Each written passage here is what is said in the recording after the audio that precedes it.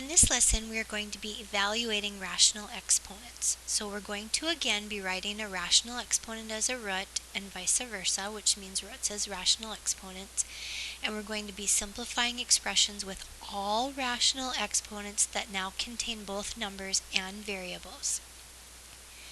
So what we have talked about previously is that a rational exponent can be written as a fraction as a power in an exponent expression, such as 8 to the 1/3 and y to the 4/3. So from the activities, you discovered that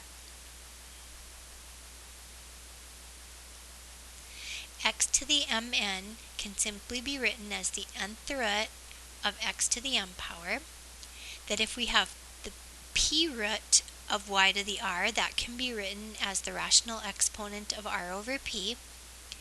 If we have the rational exponent as a over b, remember the denominator is the index of our root and the a remains our exponent.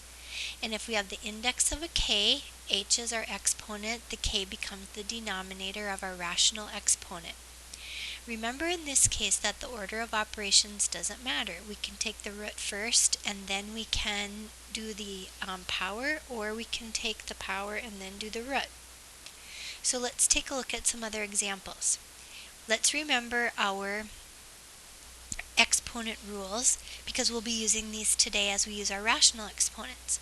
When we have the power to power rule, remember that we keep the base and we multiply the exponents together. And if we have a quotient where we have a power to a power, we will keep the base and multiply the exponents together in the numerator. We will keep the base and multiply the exponents together in the denominator. The product of power rule means this, that we keep the base and we are going to add the exponents together. And if we have our quotient rule, we're going to keep the base and we're going to subtract the exponents. And also remember, if we have a negative exponent, that doesn't mean it's a negative number.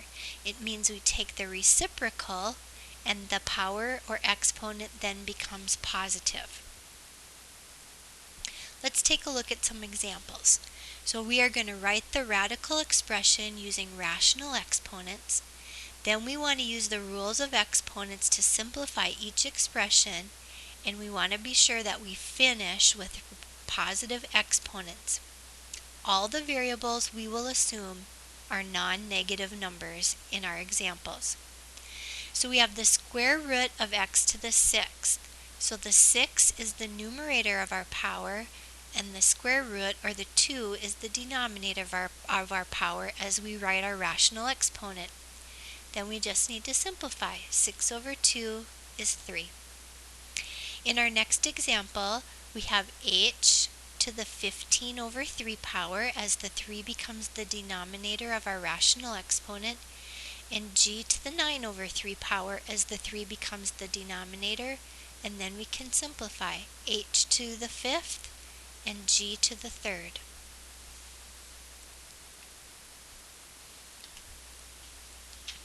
In our next example, we have a to the negative 4 and b to the 8th. So we can use our exponent rules when we're doing a power to a power to multiply exponents. So we have a, negative 4 times 1/2 will be negative 4 over 2, and b will be 8 over 2. And as we simplify, we will get a to the negative 2, b to the 4th. Now, we can't finish with any negative exponents, so for the a, we're going to take the reciprocal, which moves it to the denominator, and we're going to make our exponent positive, and we'll keep the b in the numerator of our fraction. We have x to the 10th and y to the 20th using the 5th root. So as we rewrite these as rational exponents, we have 10 over 5 and 20 over 5. And in our second expression, this is to the square root, so we have x to the 4 over 2 and y to the 2 over 2.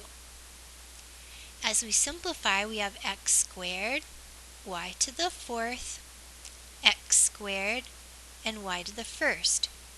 Remember that multiplication is commutative. We can multiply in any order, so we want to combine our two x squareds together. that's going to be x to the 4th power, and we want to combine the y's together, that's going to be y to the 5th power.